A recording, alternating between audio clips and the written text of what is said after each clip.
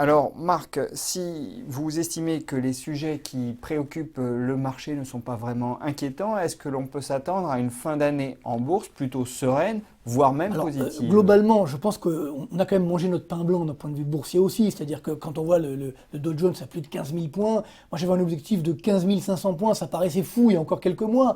Bon, donc là on a quasiment atteint cet objectif. Je pense que ça va se calmer sur le CAC 40 aussi. J'ai un objectif à un peu plus de 4100, 4200. Bon, il faut bien Vous prendre étiez plutôt à conscience. 4100, hein? Oui, tout à fait. Bon, on va pas chipoter à 100 points près, surtout dans le contexte actuel. Mais ce que je veux dire par là, c'est que malheureusement, je pense que encore une fois, les drames ne vont pas venir de là où on les attend. On les attend en Chine ou aux États-Unis, ils vont pas venir de là. Ils vont venir de l'Europe. Encore une fois, je pense qu'à la rentrée, ma vraie crainte pour moi, c'est l'Europe, c'est la France. Puisque la France ne va pas respecter ses objectifs de déficit public. Et là, on risque d'avoir une mauvaise surprise. Parce que quand les marchés s'attendent à quelque chose, que ce soit la Fed ou la Chine, quand ça se produit, finalement, c'est déjà dans les cours. Mais c'est quand quelque chose qu'on n'attend pas se produit, par exemple demain, une très forte augmentation des taux Mais d'intérêt ça, français. vous l'annoncez depuis un Tout moment. à fait, tout à Elle n'est fait. pas là pour le moment, Alors hein. oui, tout à fait. Elle n'est pas là parce que justement, on a une croissance mondiale qui est forte, parce que les États-Unis et les Chinois sont là. Donc on s'est focalisé sur ces points-là.